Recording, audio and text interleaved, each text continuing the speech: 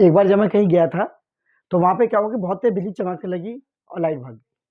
मेरा mobile discharge हो गया। जब बिजली चमक रही थी, तो मैंने सोचा क्या बिजली से जो आवेश चलता है, चार्ज चलता है, क्या उससे हम अपना मोबाइल चार्ज कर सकते हैं? तो उसके बारे में मैंने एक बहुत सिंपल कैलकुलेशन करी, वो मैं आपको दिखाता हूँ। जो हमारी बिजली होती है, उसमें लगभग जो है 5 से 25 कूलाम्ब तक चार्ज होता है। लेकिन जो हमारा मोबाइल की बैटरी होती है, उसमें 10,000 से 20,000 कूलाम्ब तक चार्ज होता है। तो क्या हम अपने बिजली से, आकाशीय बिजली से मोबाइल को चार्ज कर सकते हैं? पहले मेरे दिमाग में आया नहीं कर सकते।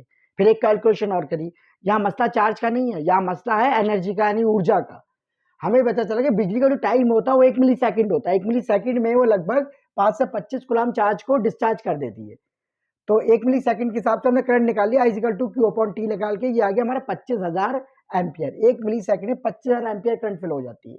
अब हमारा formula V is equal to IR, potential difference voltage का एटमॉस्फेयर के रेजिस्टेंस उस समय बहुत ज़्यादा होता है।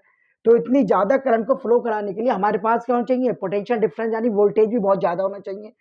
वोल्टेज लगभग होगा हमारे पास 10 की पावर 8 वोल्ट का। इसका वोल्टेज 10 की पावर 8 वोल्ट होना चाहिए, तभी ये 25,000 एम्पियर की करंट को चला सकती है। अब हमने इससे एनर्जी निकाल ली, इज इक्वल टू क्यूबी फार्मूले से। ये निकल के हमारी 25 इंटू 10 की पावर 8 जूल, यानी गीगा जूल में एनर्जी हमारी होती है हमारे पास। बैटरी में चार्ज जो होता है बहुत धीरे धीरे चलता है, यानी कोई बैटरी चार्ज हो अब तो फास्ट चार्जिंग आ गई है, तब भी आधा पौन घंटा लेती है। तो करंट लगभग 1 से 2 एम्पियर तक चलता है, वोल्टेज लगभग 3 से 4 वोल्ट तक चलता है इसके अंदर। तो हमने बैटरी की एनर्जी निकाल ली, बैटरी की एनर्जी Q इंटू V लगा के। इनकी हमने लगभग अप्रोक्सीमेट वैल्यू ले ली 3.7।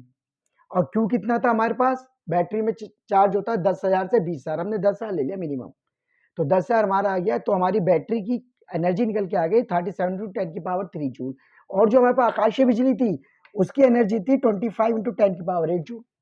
फिर हमने क्या किया? नंबर ऑफ मोबाइल निकाले, आकाशीय बिजली के एनर्जी से मोबाइल की बिजली की एनर्जी को डिवाइड कर दिया, तो लगभग 70,000 आया।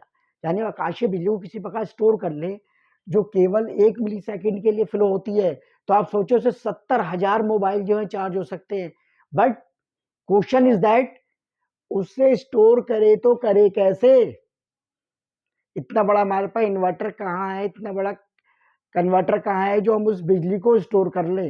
यदि बिजली फ्यूचर में किसी प्रकार से स्टोर हो गई, तो आप सोचिए एक आकाशीय बिजली से 70,000 मोबाइल के बराबर ऊर्जा मिल सकती है।